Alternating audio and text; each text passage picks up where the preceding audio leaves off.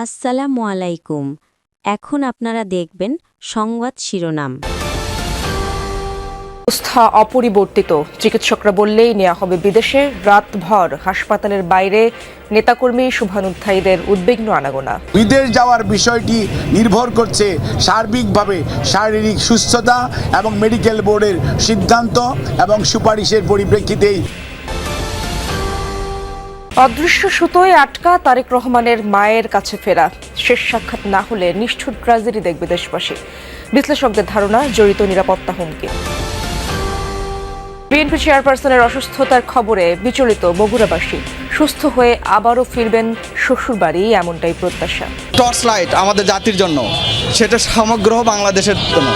আজকে অসুস্থ, আমরা দেশবাসীর কাছে দোয়া প্রার্থনা করছি। তার জন্য আমরা দোয়া করি যেন দ্রুত উনি আমাদের মাঝে আবারও ফিরে আসে।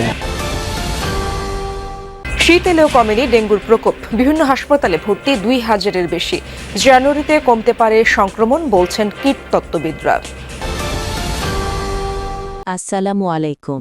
এখন দেখবেন সংবাদ বিস্তারিত।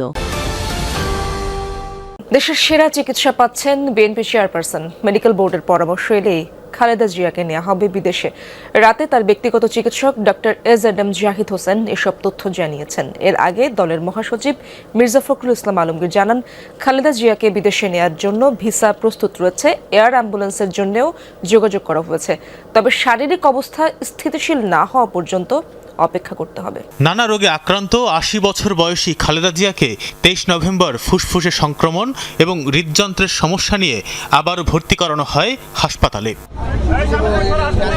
মেডিকেল বোর্ডের তত্ত্বাবধানে সিসিইউতে দেশি বিদেশি বিশেষজ্ঞ চিকিৎসকদের ধারাবাহিক নিবিড় পর্যবেক্ষণে চলছে বিএনপি চেয়ারপারসনের চিকিৎসা। এবার রাতে গণমাধ্যমের সাথে কথা বলেন খালেদা জিয়ার ব্যক্তিগত চিকিৎসক ডাক্তার এজএডএম জাহিদ হোসেন। জানান, এখনও অপরিবর্তিত রয়েছে খালেদা জিয়ার শারীরিক অবস্থা। বলেন, পৃথিবীর সবচেয়ে ভালো চিকিৎসা করার আয়োজন করা হয়েছে দেশেই। খালেদা জিয়াকে বিদেশে নিয়ে যাওয়া নির্ভর করছে তার শারীরিক সুস্থতা ও মেডিকেল বোর্ডের সিদ্ধান্তের ওপর। সারা পৃথিবীতে সবচেয়ে ভালো যে চিকিৎসা ব্যবস্থা করা প্রয়োজন সেটি ওনার জন্য এখানে করার আয়োজন করা হয়েছে।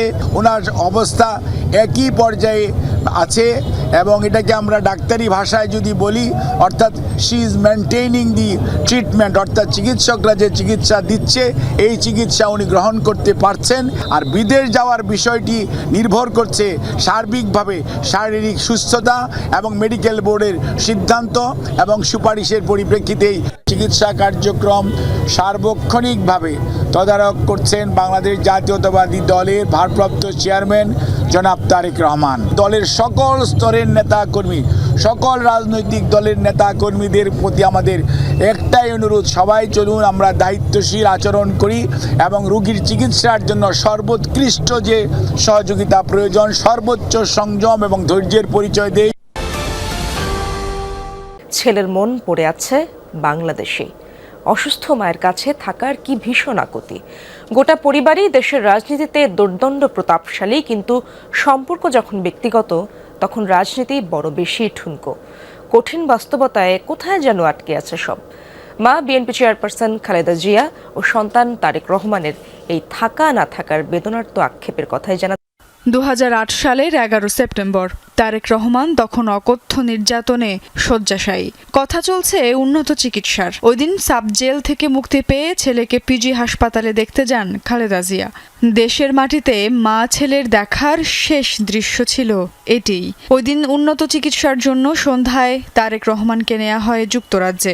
এরপরই এক অনন্ত অপেক্ষা আর আক্ষেপের গল্পের শুরু।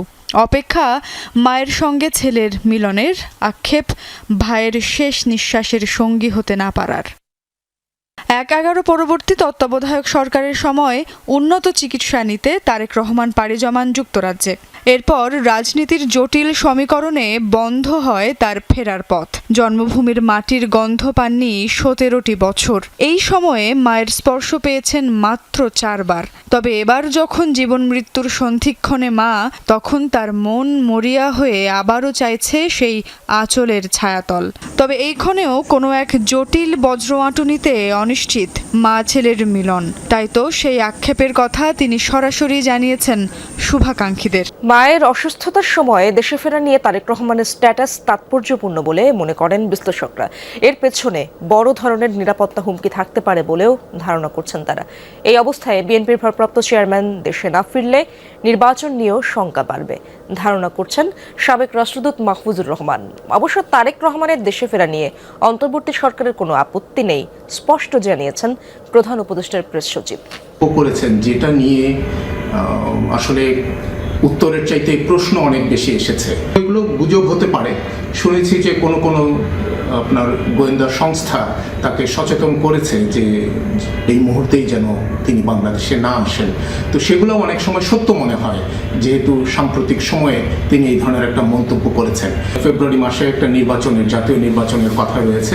নির্বাচন নিয়ে যদি মানুষের মনে সংশয় দেখা দেয়, তো সেইটা আমাদের জন্য আরও বেশি আতঙ্কজনক, আমাদের জন্য আরও বেশি চিন্তার বিষয়।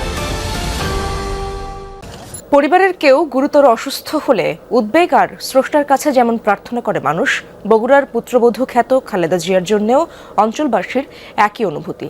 তাদের ভোটে নির্বাচিত খালেদা জিয়া দেশে 3 বার প্রধানমন্ত্রীর দায়িত্ব পালন করেছেন। গর্বের ব্যাটার বউয়ের এমন সংকটাপন্ন অবস্থায় পরিবারের মতোই সমব্যথী বগুড়াবাসী। শ্বশুরবাড়ি এবং নিজ নির্বাচনী এলাকা বগুড়ার সবখানে এখন বেগম জিয়ার সুস্থতা কামনায় চলছে আন্তরিক প্রার্থনা। আল্লাহ তাআলা তাকে শিফা দান করুক, খুবই দ্রুত সুস্থ কামনা করছি। জনগণের স্বার্থ, দেশের স্বার্থকে বিবেচনা করে তার জীবনকে সে উৎসর্গ করেছে। সে যে একজন, যেটাকে বলবো যে আলোক বিয়ের আর টর্চ লাইট আমাদের জাতির জন্য, সেটা সমগ্র বাংলাদেশের জন্য। তিনি কোনো দলের এখন ভাবা যাবে না। তার জন্য আমরা দোয়া করি যেন দ্রুত উনি আমাদের মাঝে আবারও ফিরে আসে। যে শেখ হাসিনা কিন্তু দেশ ছেড়ে পালিয়ে চলে গেছে, কিন্তু খালেদা জিয়া কিন্তু সুযোগ ছিল এক সময়, বলছে যে সে দেশেই থাকবে এবং এই দেশ ছেড়ে যাবে না। আল্লাহ তাকে যেন সুস্থতা দান করেন। আমরা দলমত নির্বিশেষে আমরা যে যা দল করি না কেন, দেশ নেত্রী সাবেক প্রধানমন্ত্রী বেগম খালেদা জিয়া অবশ্যই যেন সুস্থ হয়ে আমাদের মাঝে ফিরে আসেন, এই কামনা করি। শীত এলেও কমেনি ডেঙ্গুর প্রকোপ, থাকবে আরও 1 মাস। বর্তমানে দেশের বিভিন্ন হাসপাতালে ভর্তি 2000-এরও বেশি ডেঙ্গু রোগী।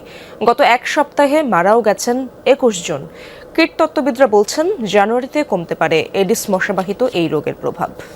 শীত নেমেছে দেশ জুড়েই, পড়ছে কুয়াশা, তাপমাত্রা 13 ডিগ্রির নিচে। এডিস মশার বংশ বিস্তারের জন্য 25 ডিগ্রির বেশি তাপমাত্রা উপযুক্ত। শীতের এই সময়ে এডিস মশার বংশ বিস্তার হওয়ার কথা নয়। এরপরও থেমে নেই ডেঙ্গুর প্রকোপ। স্বাস্থ্য অধিদপ্তর বলছে গত 1 সপ্তাহে 4000-এর বেশি মানুষ ডেঙ্গু আক্রান্ত হয়ে হাসপাতালে ভর্তি। রাজধানীর বাইরে এবার ডেঙ্গুর সবচেয়ে বেশি প্রকোপ ছিল বরগুনায়। এখন কিছুটা কমলেও জেলার বিভিন্ন হাসপাতালে চিকিৎসা নিচ্ছেন 39 জন। অনেক জেলাতেই এমন পরিস্থিতি। ডেঙ্গুর 30-40 বছরের একটা ধাক্কায় ঢুকছে, বিশেষত এই গ্রামাঞ্চলগুলো, এবং এটাতে মৃত্যুও বেশি হবে তুলনামূলকভাবে। অনেক লোক আক্রান্ত হবে এবং গরিব লোকরা আক্রান্ত হলে তারা সর্বশান্ত হয়ে যাবে, ক্যাটাস্ট্রফিক। এবার বেশ ভালো আকারে থাকবে। অন্যান্য বছর যেমন শীতকালে ডিসেম্বর আসলে অনেক কমে যায় ডেঙ্গু, এবছর কিন্তু তা হবে না। এবছরের ডেঙ্গুর যে ঢেউ, এই ঢেউটি আঘাত করবে গিয়ে আগামী বছর জানুয়ারি পর্যন্ত।